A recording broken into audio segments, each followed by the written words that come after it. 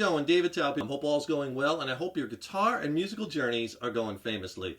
Today we're going to talk about the choices when soloing. You know, I received a really good email question. Do we need to stick to one scale, or do we need to shift over the chords? The answer really depends upon, what you're trying to convey, what emotions you want to get across, what types of sounds you want to create, because it's really all about the sounds. And there's really not a right or a wrong answer. So this video is about the two choices that you have when soloing. I'm going to teach you these concepts over a jam track so you can see musical application and you can see how both work. Because whether you do one or the other, it's totally up to you. And one's not necessarily better than the other. They're just different. You have all these wonderful choices on this instrument. And like I mentioned earlier, having musical application for these concepts and practicing them over jam tracks is so essential, right? And if you want the jam track that I'm using in this lesson, I'll tell you what, I'll send you this jam track and 5 more, my jam track coach.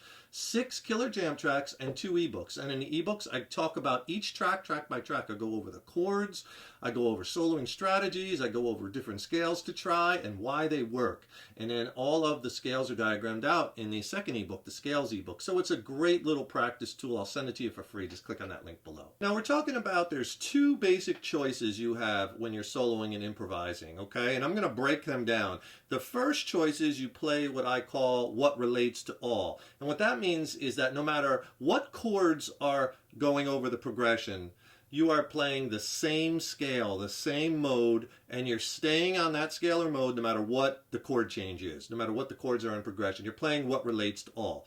That's one way of doing it. The second way of doing it, or your second choice, is what I call treating each chord as a separate event. And what that means is that you're playing over the first chord, but then when the next chord comes up, you switch. And you maybe choose a different scale or a different mode, but something that relates to that second chord. So you kind of abandon some of the choices you were doing over the first chord, and you play what relates to the second chord. Next chord comes up, again, you could switch again. And you're treating each chord separately, what relates to that specific chord. So those are basically your 2 choices. Again, one is not better than the other. They're just different. And they're not mutually exclusive. You can play what relates to all for a while, and then you can, switch and play, treat each chord as a separate event. All right, they're going to give you different sounds. The playing or treating each chord over a separate event tends to give you a little bit more of a sophisticated sound, and you might find that desirable. How do we apply this and make music and create music? Well, the first thing you have to do is determine the key that you're in. That's pretty important, but that's just the first step. The biggest step is you have to know the chords that you're playing over, right? If you're familiar with my lessons, I say that all the time. It's the chords that give you the complete roadmap to what you can use solo and improvisation-wise. Especially if you're treating each chord as a separate event, right? You got to know the chords in order to do that. As well as what relates to all, you still need to know the chords to know completely what relates to the chords as far as all your options. So it's the chords that give you the full roadmap. So you know the key we're in, you know the chords. Okay, let's use an example. In the intro, you heard me playing over a 2-chord progression. Those chords were E minor to B minor. We were in the key of E minor, and it was a simple jam. And this is really important when you're first starting this, like treating each chord as a separate event and experimenting, because you want slow-moving chords, a couple of measures on each chord, like in this jam, right? You want the chords to be not very complex, just simple basic chords, because the more intervals in the chords, the more it kind of limits your soloing options. So you want simple chords, just a couple of them, right? If you have 10 chords in the progression, right, you're going to be really fighting it at first. Just keep it really simple and basic at first. Slow moving chords, lots of time on each chord. So you know the key, you know the chords. The next step is you have to know what options are available to you, right? When you're in minor key, let's first look at what relates to all. When you're in minor key, 95% of the time you could use minor pentatonic and blues over all the chords. Minor pentatonic and blues relates to all. We're in the key of E minor, so E minor pentatonic and blues scales over all the chords, or in this case both chords would be fine. That's one choice with what relates to all. And then also when you're in minor key, usually, again, 95% of the time you could use a mode over all the chords. And it's usually either the Aeolian mode or the Dorian mode when you're in minor key. How you know which one to use, you have to look at the 4 chord. In this instance, there is no 4 chord. So that immediately tells us we could use E natural minor, or E Aeolian mode works over both chords. That relates to all.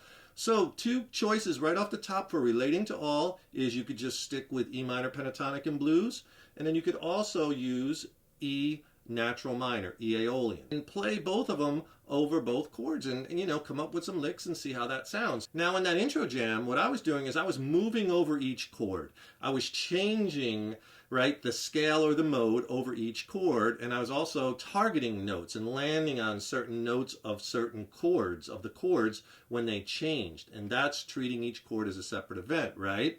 That's because with melodic soloing, that style of playing over the chords works really well. But I also played in it a little E minor pentatonic and blues. I threw some of that in there too, so I combined, right? And that's what you want to do. You want to experiment. Try one, try the other, try both. See what sounds best to your ears, what moods you want to create, what textures, right?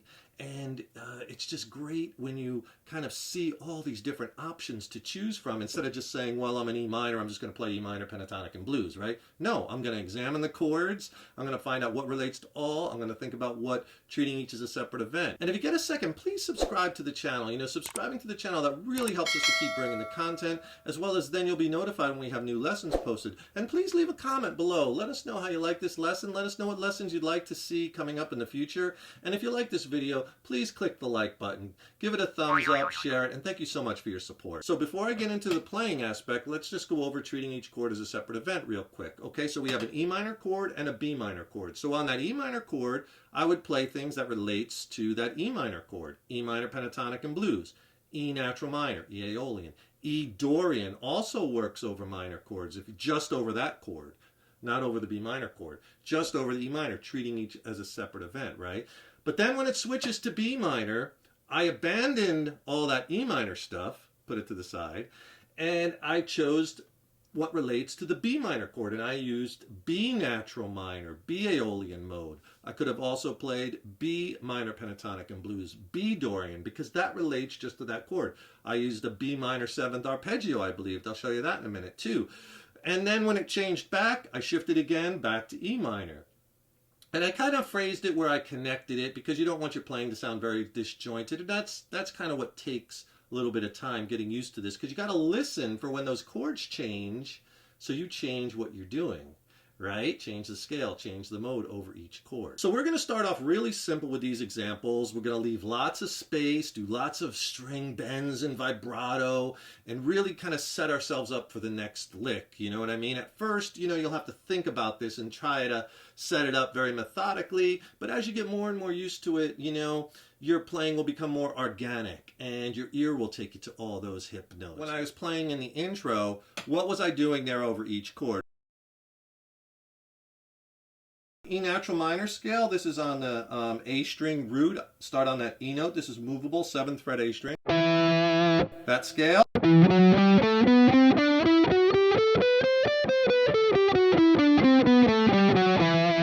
The first lick I played was something like this.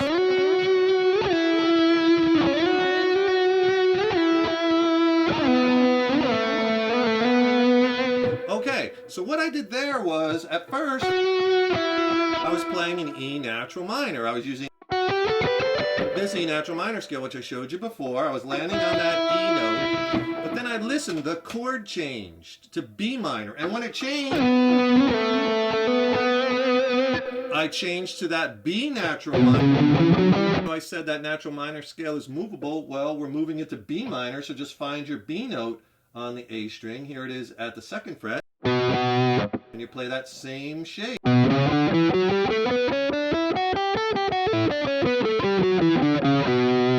B natural minor, B Aeolian. I played, and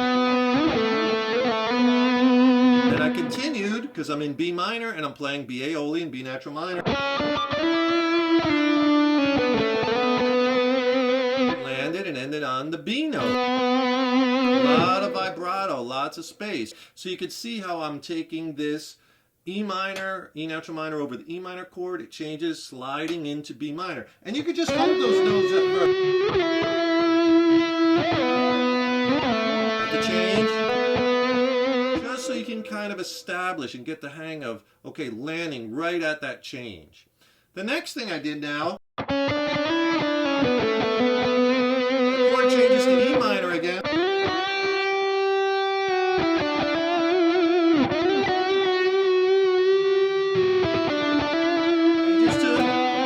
See, it changed to B minor right there. I landed on a B note again. Well, what I did there was I went back to E natural minor scale. Lots of bends, half-step bends for this type of jam are so nice. Lots of vibrato, lots of space in your playing. And I timed it so when the change came, I landed on my B note. Now, I'm right in B natural minor or B minor pentatonic, right? The scales I showed you before. And here's B Aeolian off of the low E string root at the 7th fret B. But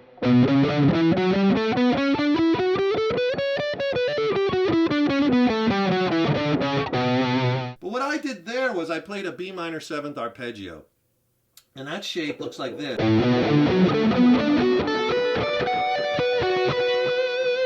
And the lick I played was I landed on the B, and then I wanted to get up to this B, so I connected it.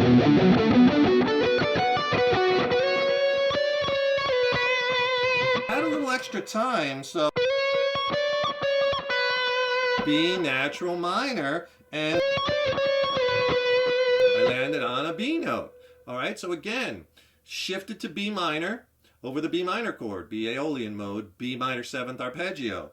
Now the chord changes to E minor, and this time I went to E minor pentatonic and blues just for something different, because using those 7-note diatonic scales are awesome, but then when you switch to minor pentatonic, or vice versa, and you're only using a 5-note scale, it sounds really cool. Or if you're using minor pentatonic a lot and then you switch to the 7-note scale, it's different because you get those half steps. So that switch is very nice and pleasing to the ear. E minor pentatonic and blues, your basic box shape, you know. You probably know this one off the 12th fret low E string root. Right,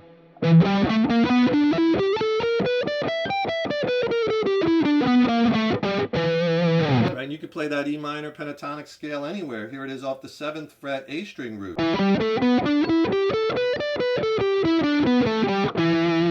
I think I played a little.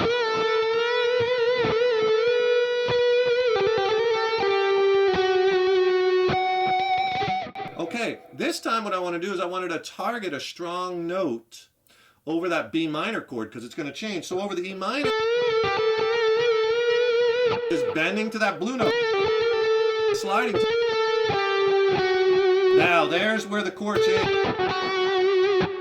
I chose this F sharp note. That's a very strong note in B minor. That's the 5th of a B minor chord.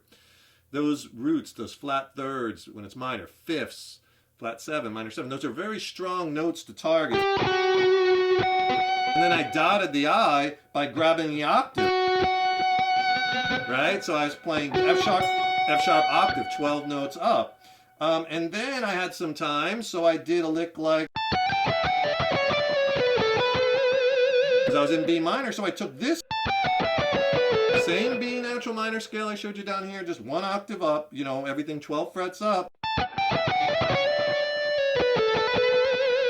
Shifting from minor pentatonic to a strong landing note, F sharp over the B minor chord, and then going into B natural minor. You even do bends. Landing on B, getting ready for the next chord. So you see what I'm doing here? I'm listening for the chord changes, and then I'm making some musical decisions. Do I want to play what relates to all? Because I could have just blasted E minor pentatonic over everything, right? Or E natural minor over everything. But I wanted to move my playing with the chords and then throw in some minor pentatonic and blues, right? That's kind of what I like to do. So you can see you target those chords and then pick target notes. Knowing the notes of the chords, so important too, right? And pick those strong landing notes. You can make huge solo statements. So those are the two choices that you have when you solo. It's entirely up to you, but experiment with it. I cannot say that enough. Application and practice over jam tracks. Make sure you get my jam track coach because you'll get this jam track and 5 more. Click on that link in the YouTube description box below. And just sitting there and and putting on that track, getting lost in it, listening to those chords, man, I'll tell you, you will get this down. And study the relationship between chords and scales. That's so important because you have choices. You might like the sound of Dorian better than natural minor, or maybe getting into harmonic minor or some of the other different scales or modes. But studying that relationship between chords and scales and what sounds best to your ears is so important. Don't forget, subscribe to the channel. You know, that really helps us to keep bringing the content, and then you'll be notified when we have new lessons posted. And also, don't forget, click on that link in the YouTube description box below. Get my killer practice tool, my Jam Track Coach, 6 killer jam tracks, 2 ebooks for free. Thank you so much for checking out this video, and thank you so much for your support over the years and years. So appreciated. Keep up all that hard work on those guitars. Keep having fun with them. And remember, your guitar playing is an evolution. So enjoy the journey. Take care, rock on. I'll see you in the next lesson.